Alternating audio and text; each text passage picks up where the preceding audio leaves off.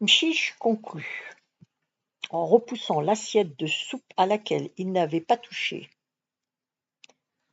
C'est bien ce que je disais. Ça n'existe pas. Morel examinait attentivement Mehdi. T'es pas un peu cinglé, toi, Fatima? T'es mal parti. Dans la vie, avec ton obsession pour les oiseaux, tes mensonges et tes obscénités. Le cuisinier vint déposer au milieu de la table une grande casserole et en enleva le couvercle d'un geste brusque du poignet avant de le déposer sur la table. Puis il grommela quelque chose et disparut. Morel alla chercher une louche sur une crédence et vint lui-même servir les trois compagnons. Il déposa avec précaution un morceau jaunâtre qui ressemblait à de la purée dans l'assiette de Mehdi. « C'est cinglé, répéta-t-il, mais ça n'empêche pas de manger. Même les fous ont un estomac. En plus, c'est du hachis parmentier. Ça tient bien au corps. » Il regarda le bol vide de Mehdi, qui s'efforçait de comprendre cette nouvelle expression. Ça voulait dire quoi, ça tient bien au corps? Comment faisait-elle la purée pour tenir quoi que ce soit?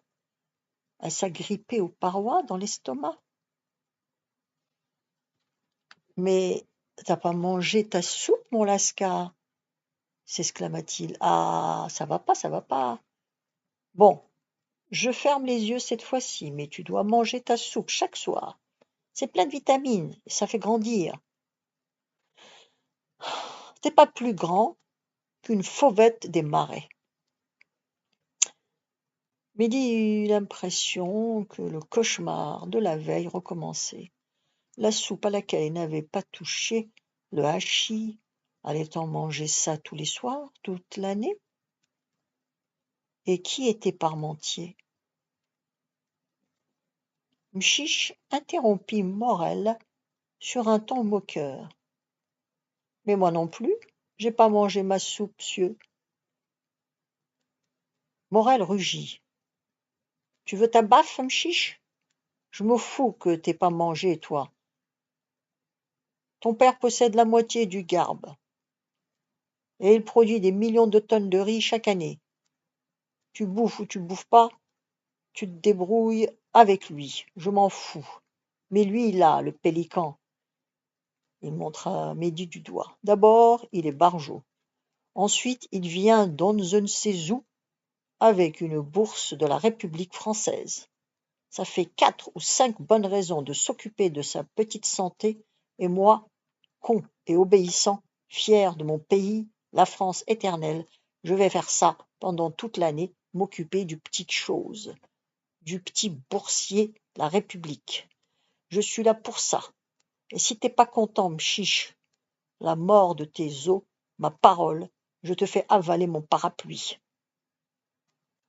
La moitié du Garbe haussa les épaules. On vous a jamais vu avec un parapluie, monsieur? Il pleut jamais ici. C'est une métaphore, petit con. Des promesses, toujours des promesses. Morel, estomaqué par l'aplomb de Khalid Mchiche El Alami, éclata de rire et mit une taloche à Mehdi sur le sommet du crâne, sans la moindre raison. Puis il s'en alla riant toujours. Mehdi, le crâne endolori, plongea sa cuillère dans la boule jaune et goûta avec précaution.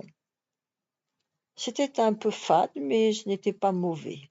À l'intérieur de la purée, surprise, il y avait de la viande hachée.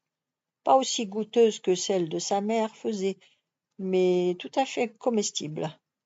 Il mangea de bon appétit sous le regard intéressé de son voisin qui avait rabattu ses lunettes bleues sur le bout de son nez.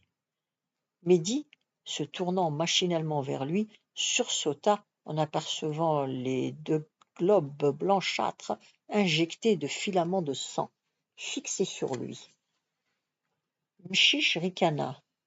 « Qu'est-ce que t'as à te goinfrer comme un cochon? » Tu viens du pays de la faim? Mehdi se méprit sur le sens de la question. De la fin de quoi? La fin du monde? Idiot, de la faim. F-A-I-M. Bled el-Jour. C'était la première fois qu'il prononçait en arabe. Il continua. Ma grand-mère me parle parfois du pays de la faim. Il paraît que les gens y mangent des sauterelles et des souris, tellement ils crèvent de faim. C'est de là que tu viens? Mehdi, furieux, piqua du nez dans son assiette et ne répondit rien. Mchiche continua sur le même ton ironique. Ah, mais c'est vrai. Tu viens de Bnimlel, mais ça ne veut rien dire. C'est peut-être là-bas, Bled el-Jour. Changeons de sujet. À propos de quoi? Pourquoi Morel, il t'appelle Fatima? Mehdi, à bout, se mit à pleurer. C'était furtif, quelques larmes dans les yeux, un petit reniflement, mais son bourreau s'en rendit compte. Il poussa un soupir. Bon, ça va. Si on ne peut plus poser de questions. Et toi, tu viens d'où? Il s'était tourné vers Samir Tanji, qui avait suivi attentivement leur échange tout en faisant un sort à son hachis. De Marrakech, répondit-il très fier. Mchiche fit la moue en dédoulinant de la tête. Ouais, c'est pas mal, Marrakech, concéda-t-il. On a une villa là-bas, dans la Palmeraie. Une grande villa. On y va pour skier dans l'Oukey Meden. Mais qu'est-ce que tu fais ici? Il y a un lycée de la mission à Marrakech, non? Mes cousins y vont. Ça s'appelle Victor Hugo, non? Samir Tanji le regarda droit dans les yeux et dit. On m'a mis ici parce que mes parents sont en train de divorcer et que ma mère a l'intention de venir s'installer à Casablanca. Il veut pas que je change de lycée en cours d'année. Cette fois-ci, Mchiche fut vraiment impressionné. Il émit une sorte de sifflement. Ben, mon vieux. Puis il se trouva rien à l'ajouter et se mit à fouiller du bout de la fourchette dans la casserole à demi pleine de hachis. Il se livra à une opération compliquée qui consistait à dégager la viande hachée de la gangue de purée et à la déposer dans son assiette.